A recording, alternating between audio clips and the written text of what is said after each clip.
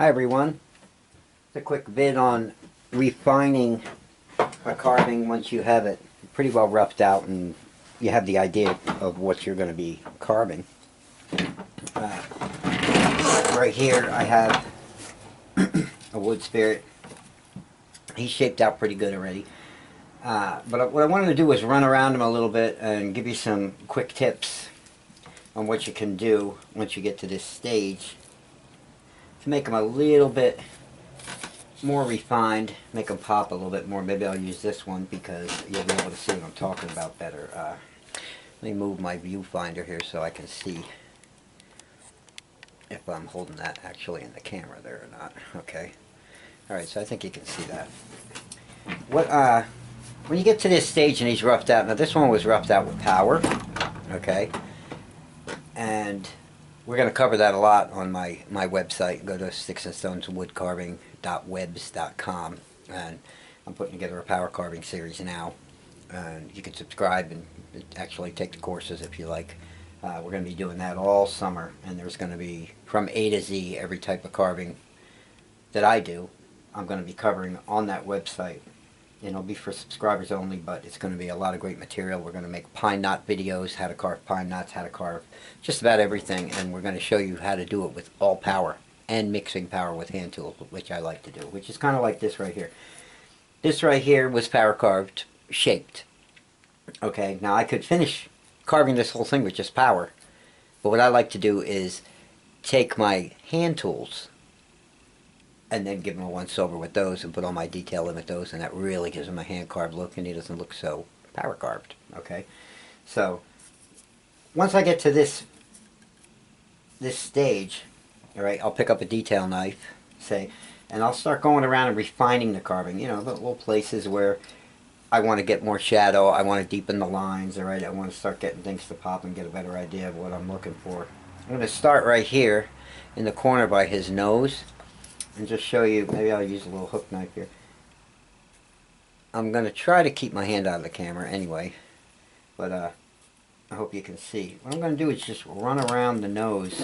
Whoops. I'm going to run around the nose right there. I just have a board set up here, so I really can't put this on top because I'm trying to put any pressure on it. I'm going to run around the nose with my knife, and right here and here is where I'm going to focus on taking that wood out, right, in a little V-shaped chip. Okay.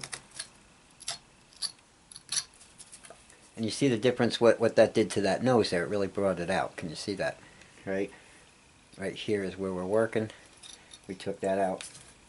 And it's going to give it that hand carved look, because now it is hand carving. It's not just using power.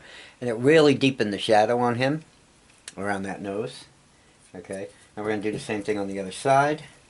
I'm going to run my knife right down the nose like that. Come over to this corner here. I'm going to take a chip and take that little triangle piece right out. Okay. Now don't worry about the little pieces that are still hanging around because we'll hit that up and clean it up later. Right now we just want to kind of go around and refine the carving and get all the detail to start coming out. We're going to dig his face in over here on the sides. We're looking for places we can put shadows, right? Because that's really what's going to make the carving. Right over here in the corner. I'm going to take my knife and run it down here. Okay. And then take some wood out right there. Right, that's a quick tip there. Where the cheeks come in. Now if I want the cheeks to kind of stop, I'm going to take wood out from underneath them. Right, I'm going to turn that thing around so I can show you that line. And dig out from underneath the cheek.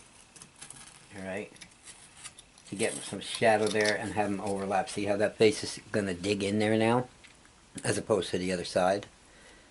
Okay, I'm going to do the same thing on this side. I'm going to run my knife down. I want it to have the appearance that he's tucked in underneath that bark, underneath the wood on that side. Try and make it even with this side, about even with the bottom of the nose. I'm going to cut all this away. Right. Take it out from underneath so his cheek actually overlaps there.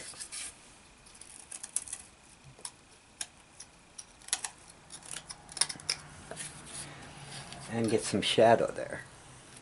Okay, can you see that now? I have to look back at the camera now and then to make sure you guys are seeing what I'm doing. Make sure that they're fairly even. If they're not, we'll clean it up, trim it down so they're about even. Right.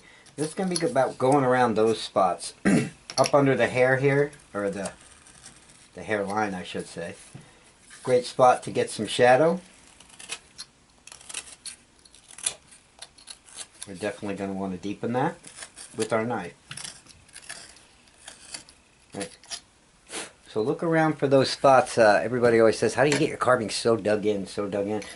Well, basically this is what I do. I sit with the knife, I go around and I look for spots that I can deepen the shadows. And little corners and V-chips that I can take out to really make that shadow pop. And that's pretty much all it is a couple of V-cuts. It's kind of one on one side, one on the other side. Take a slice of wood out that's kind of V-shaped. Right? You could do it with a V-tool too, but the knife seems to work so much better. And take some of that wood out. Now up in here, a great place to do it is where those eye lids are going to be. Alright, so you want to take some out there with your knife.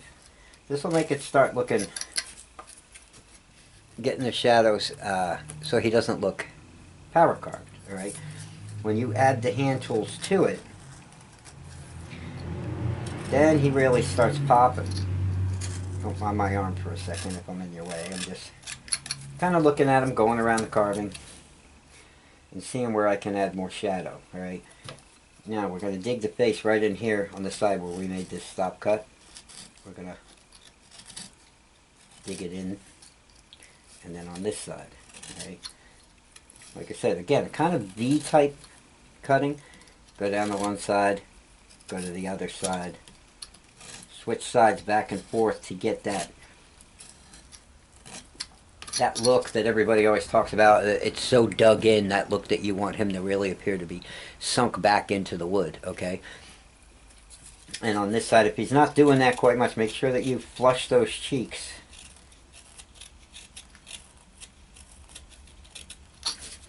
Angling them back in, okay, right into where he goes into the wood. Okay, so now he's got a little bit more shadow coming out. I'm a little close, I could tell in this video, to the camera, so I'm hoping that you guys see this. But there's just some tips that I wanted to cover. Like I said, like the corners of the nose here. So this is more of a quick tip thing than how to carve, you know, a whole wood spirit. It's pretty much once you have a wood spirit, you want to make them look better. Alright, above the eye, right, you could take a V-tool or your knife. I'll show you with the V-tool here. And come right up and above the eye there, alright, where this lid is here. And I'm going to go with my V-tool, just dig that out a little bit more, get myself a little more shadow there to make that pop a little better. Okay, I'll do the same on this side. Make it pop a little better. Okay. A big thing is up in here, when you do start making hair, I recommend doing this with a gouge and on a board. It's going to be hard for me to do it on this board because I really can't put pressure on it. But when you start doing hair up in here, let me see if I can get some started with a V-tool. Just to show you the point I want to make. If you want that to stand out, I should have a bigger V-tool here. But see, I'm going to run his hair like that, okay? Get it started here.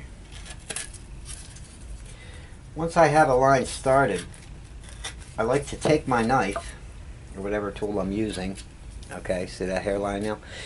And I'll go up at the top, and I notice a lot of people don't do this, and I will cut that out at the top of the hair, right? So it really makes the hair stand out. A lot of people neglect to do this in their carvings, I notice. People that give me questions and send me samples of their work and that have learned to carve off of YouTube or whatever, right?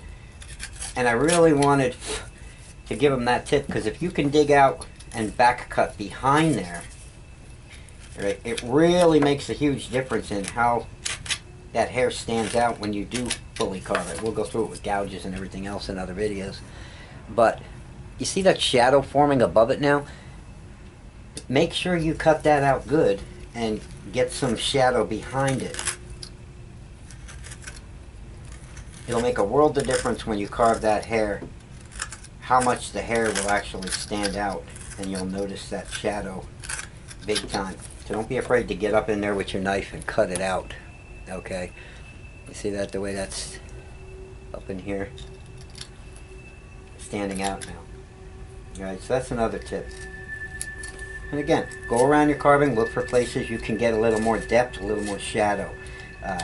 Places like under the mustache, of course. This board is not going to work, I can tell, by putting any pressure on it. But under the mustache, you definitely want to undercut that.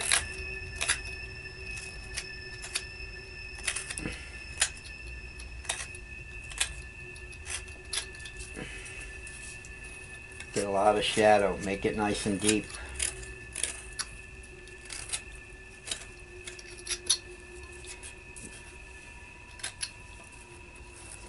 Okay, so he stands out.